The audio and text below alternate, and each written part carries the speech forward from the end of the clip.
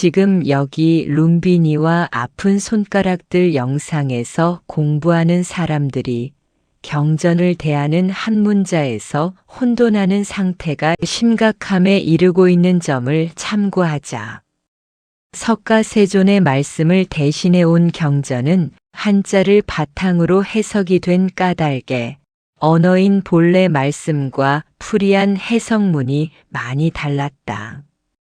해석으로 인해 손익이 상반되는 결과를 두고 설왕설래한 역사의 기록도 적지 않다. 이러한 상황에서 한문에 대해 그리고 한문의 해석에 대해 약간의 이해를 살펴보고자 한다. 여기 룸비니와 아픈 손가락들이 하는 불법 공부는 지금 시대의 불교적 대세인 기복신앙 사상이 절대 아니며 여기 공부는 더더욱 텅 빈 공사상도 아니며 승가적 지식 관점의 수행 또한 아니다. 텅 빈 공사상에 무아라는 말은 왜곡된 말이며 법이라고 할 수 없는 허물이다. 불법은 사념적 사상이나 방편을 법이라고 하지 않았으며 헛말, 헛점, 헛됨과 같이 법이 아닌 허망한 말이 없었기에 모든 말씀은 진실한 말이라는 진언이며 진실이 아니면 불허한다고 말하였다. 대체로 일반 불자와 분류되는 승가적인 지식과 생활 환경의 관점은 제가자의 현실적 공부와 현격한 차이를 두었고 교리적 지식에서도 절대적 차이가 있었다. 깊이 잘 생각해보라. 한간에 알려지고 행행하는 교리적 지식이나 선불교가 얼마나 현실과 동떨어진 모순인가를. 그러하기에 불법의 정석이라고 보기조차 어렵다.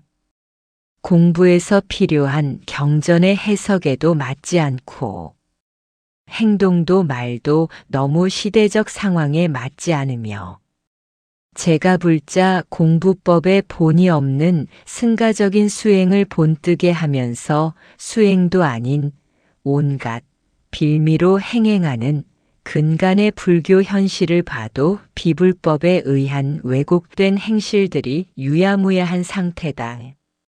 이러한 잘못된 현실은 우리 일반 불자들이 경전의 문헌들을 제대로 풀었을 줄 모른다는 비지식의 틈바구니에서 생겨난 비도덕적 양심의 성행에서 비롯되었다. 중국 문자인 한문으로 전해진 경전의 구격 작업에서 중국어의 전문이 상세히 독해된 내용과 설명이 없었던 연유로 당시 형편상 한글이 한문을 대신하도록 번역하기란 매우 어려웠을 것이며 이러한 학문을 쉽게 접할 수 없었던 학자들도 시대적 난관이 있었을 것이라고 짐작해 본다. 그러한 난관에서 풀이된 식견의 문자들은 단편적일 수밖에 없고 각자의 독해 요령으로 해석된 문자가 많았을 것이다. 이러한 차이는 단순한 듯 하지만 해석에 따라 역사적 오류가 발생하기도 한다. 한글과 한문의 언어 해석은 달라지기 쉬운 위험 요소를 갖고 있다. 중국 한문은 언어로서 쓰인 글이 아니라 글자 그대로 문장이며 원활한 문서로 사용된 글로서 역사에 바뀜이 없으며 우리가 보통 쓰는 순한 언어 문자가 아니라 복합적인 문장의 문법이다. 여기서 우리 공부자가 스스로 인정하고 담대해야 할 것은 불의 법이란 석가세존의 말씀이지만 사설이 아닌 깨달음으로 본 법이라는 것을 철저히 염두에 둘 것을 원칙해야 한다. 한문은 우리말을 인식하지는 않았지만 한문의 특성을 이해하고 보면서 크게 법이 될 근거로 접근해야 하는 것이다. 한문을 먼저 쓴 옛 학자들의 번역에서 좀 더 크고 깊은 포석의 이해도가 아쉬운 면이 있기는 하지만 어떠한 경우의 상황에서도 당시 최고의 학자분들의 번역 또한 최선이었음을 왜곡하거나 매도해서는 안 될 조심스러운 부분임을 생각해야 할 것이다. 이것을 잊지 말고 상기하면서 지금까지 쓰여온 우리말 독해가 당시의 한문 번역에서 많은 오류를 수정한 것임을 순순히 인정하고 고쳐가는 이 점도 다음의 역사를 감안해 본다면 큰 용기가 될 것이다. 특히 유념해야 할 것은 불법은 반드시 입은 법답게 조심하며 말하고 행은 법답게 힘쓰는 절대법의 행심이다. 여기서 한 번쯤 짚고 넘어갈 문제였던 만큼 대략 이쯤에서 마치고자 한다. 여기 룸비니와 아픈 손가락들이 하는 이 공부는 내일 당장 죽어질 쓸모없는 송장이 될지라도 당당히 살아있으므로 해야 할 공부. 살아있는 내가 하고자 애쓰고 용쓰는 시간과 날들을 이어간다. 내일보다 오늘을 소용하는 공부자는 공이 비어졌거나 채워졌거나 상관이 없고 무아가 존재로 있든 없든 상관이 없기에 법을 따라서 길을 따라서 삼맥삼보리를 따라서 가고 또 가는 것이다. 우리가 사는 지금 여기 너와 내가 있다. 어느 곳에서 어느 입장에 처하든지 자신이 주인이 되면 내가 있는 그곳 모두가 법당이고 부처이고 중생이고 진리다. 장사꾼이 살다 간 자리에는 같은 운을 가진 장사꾼이 들어오고 공부자가 살다 간 자리에는 공부자가 들어온다. 내가 살다 남긴 자리는 남편도 자식도 아닌 똑같은 기운들끼리 나고 든다는 이 대체적인 삶의 기운은 나를 인한다. 이러한 모든 순간과 상황 속에서 여기 살아있는 나의 자신이 주체이고 나의 의지와 선택의 자유와 깨달음이 내 안에서 얻을 수 있다는 불법이었다. 내가 나를 알고 보고 듣고 공부하자는 내 안의 절대적 법은 나로 현존하는 불법이며 나를 위한 깨달음이며 진리로 살아갈 나의 대체법인 불이다. 불법이 나의 대체법인 것은 지금 나의 절대적 법이 되게끔 하는 나에게 내포되어 있는 성질.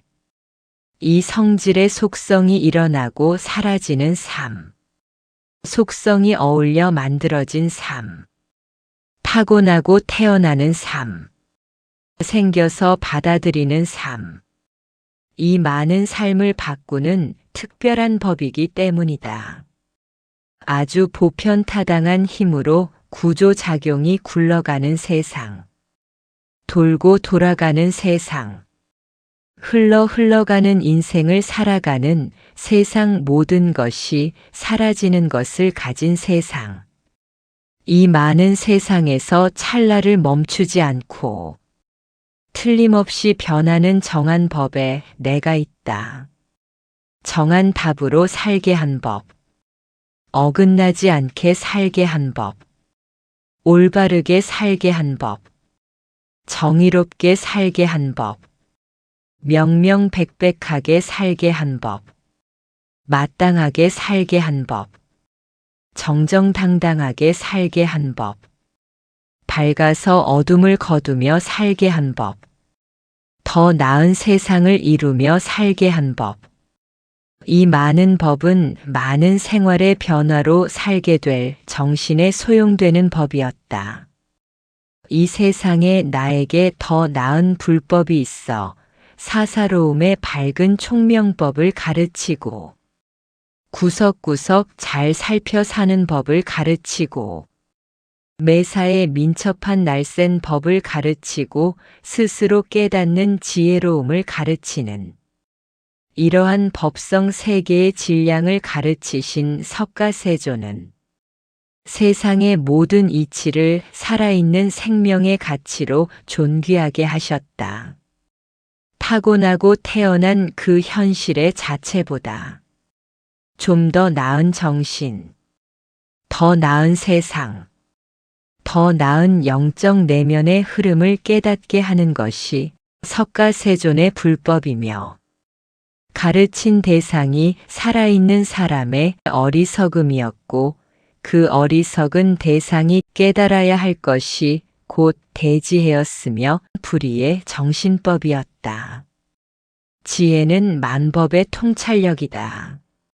말 그대로 통찰력은 바르게 잘 듣고 잘 들은 말은 바르게 잘 알고 바르게 잘 아는 것으로 바르게 잘 보고 잘 본 것으로 올바르게 행동하고 올바른 행실은 널리 깊어져 그 행실이 밝아지는 이 원리가 지혜다. 지혜는 어리석음에서 깨어난 것이며 밝게 깨어나는 중에 즉하는 통찰이다. 석가세존의 불법은 마음이 해내어야 할 가장 큰 몫이며 가장 존귀한 몫이다. 그러한 까닭에 석가세존의 마음법에 생겨난 일행일심법을 위해 천지가 이와 같은 마음법이라 하셨고 그리 보셨고 그리 깨달으신 법이었다. 이와 같이 세상에 존재하는 모든 나를 법으로 알아보셨고 깨달아 보셨다.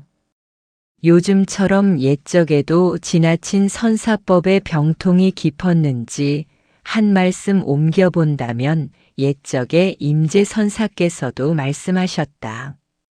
병제부자신처라 하고 오늘날 공부하는 이들이 스스로 자기 존재조차 믿지 않고 뜻도 보도 못하는 어억이나 지르고 온갖 잡됨의 병통을 화두라고 이름 붙여 회괴한 동문서답이나 한다면 사막도의 윤회를 어찌할 것인가 하시고 선사께서는 삼계마저 너 자신 스스로 품고 있으니 탐내는 어리석음이 너의 욕계이며 성내는 어리석음이 너의 색계이며 분간 없는 어리석음이 너의 무색계인 것이다.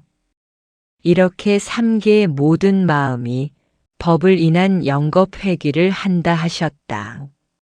영겁을 돌고 도는 윤회는 나의 결과다 하시고 제자가 부처가 누구냐고 물으면 지금 묻고 있는 너다라고 답하시고 경전도 스승도 타인도 내가 될 수 없다 하시고 선사께서 가르친 상당법어 중 중점을 둔 말씀은 수처작주 입처계진이라고 하셨다. 지금 나로 머문 자리의 주인은 나다. 나로 머문 곳이 어디든 진리의 자리다. 임재선사의 법은 언제나 석가세존과 다름없는 나라는 자리매김법이었다. 또한 중점의 세 가지 법, 삼구법이 있다. 제1구 진실한 깨달음. 본래 면목의 자리 일체 만법이 어울려도 이설과 가설이 없는 절대적 진리의 경지가 가장 높은 진실한 깨달음이다. 제2구 중생을 교화하는 법.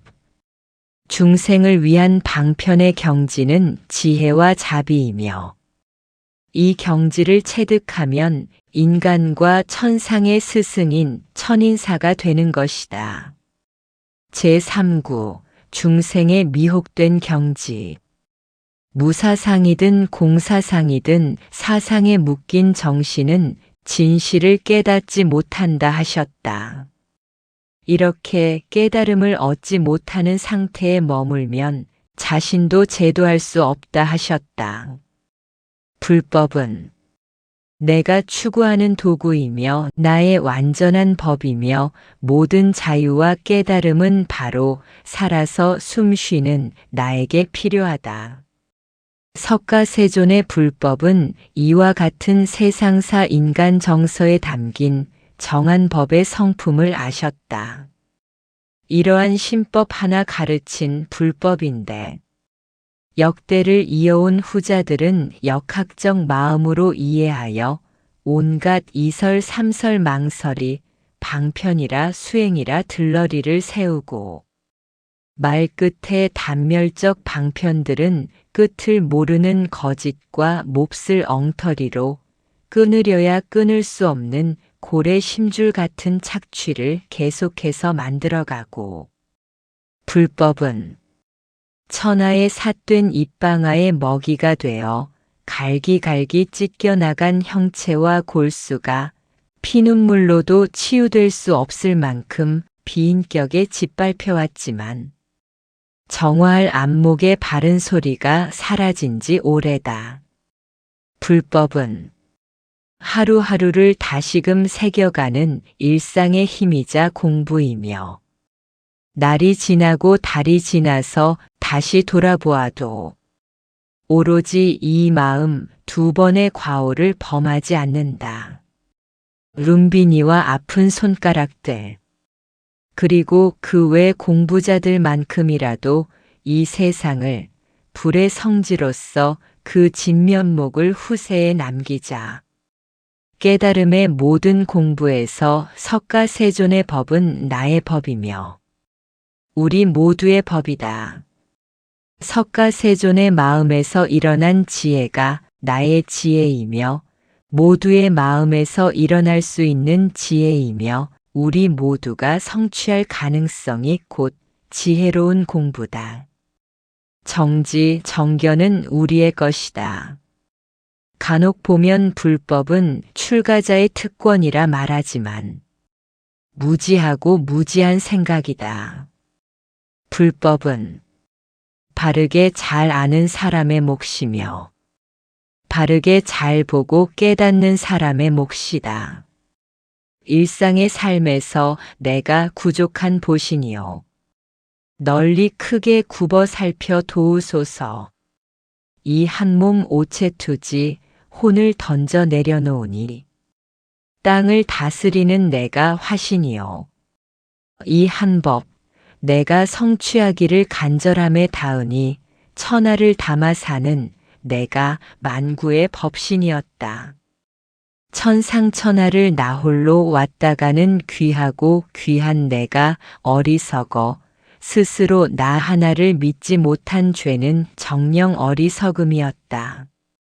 이 생각의 눈물샘은 깨달음을 적신다. 지금 나에게 나오는 반야바람일다가 쨍그랑 쨍그랑 어찌 깨어질 수 있을까? 지금 여기서 만난 공부의 인연만 해도 아마 천년의 인연은 좋게 되었으리라. 또 한 번 천년을 공부하기를 원한다면 금생에 여기 이 공부에서 불의 성품을 맛보는 소중한 인연이 된다면 좋겠다.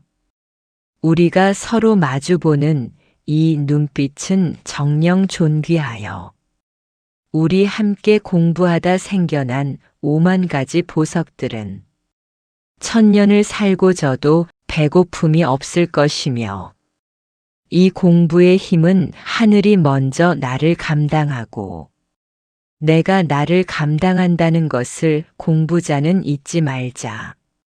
이렇게 천상을 오르는 야무진 매듭은 너와 나로 끊어지지 않을 불의 제자이니 만인에게 일체 선법을 나누는 선근의 공덕자가 되어 이 세상에 항상 오기를 발언한다.